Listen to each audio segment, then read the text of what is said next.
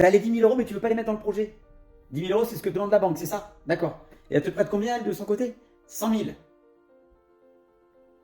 Alors, attends, dis-moi, tu es en train de m'expliquer que tu veux pas mettre 10 000 euros que tu as dispo pour que la banque, elle te rajoute 100 000 en fait.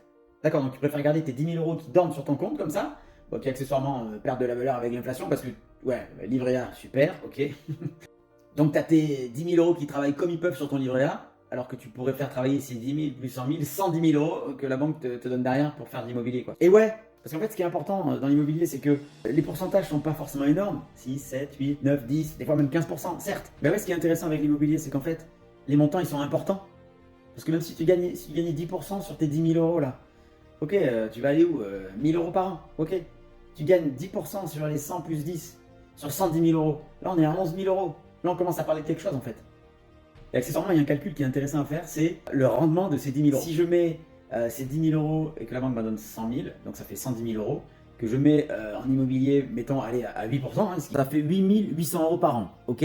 Si tu voulais que tes 10 petits 1000 euros tout seul sur ton compte te ramènent 8 800 euros par an, il faudrait qu'ils aient un rendement de 88% pour te générer ces 8 800 euros. Et juste pour se faire plaisir maintenant, admettons que tu as un projet IMO qui est un petit peu plus rentable, encore une fois dans la norme, hein, disons 12%, ok, 12% sur 110, ça fait 13 200 euros par an de rendement, ok.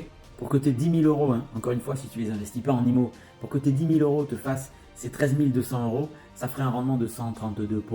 Donc, est-ce que finalement, ces 10 000 euros là, tu les prendrais pas, hein, pour les mettre dans ce projet que la banque va te financer derrière, Je rappelle accessoirement qu'on a ce qu'on appelle le financement à 110%, donc parfois la banque peut te financer sans que tu mettes même 1 euro d'apport. Oui, c'est plus rare, mais si ton dossier est bon et surtout bien présenté, c'est tout à fait possible et ça se fait encore. Dans la réflexion, il faut aussi prendre en compte que le bien peut prendre de la valeur, contrairement aux 10 000 euros hein, qui eux ne vont pas prendre de valeur.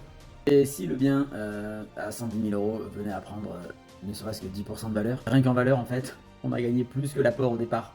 Ok. Mets-moi en commentaire si toi aussi tu as refusé de faire un investissement immobilier parce que la banque te demandait de mettre de l'apport. Ça m'intéresse.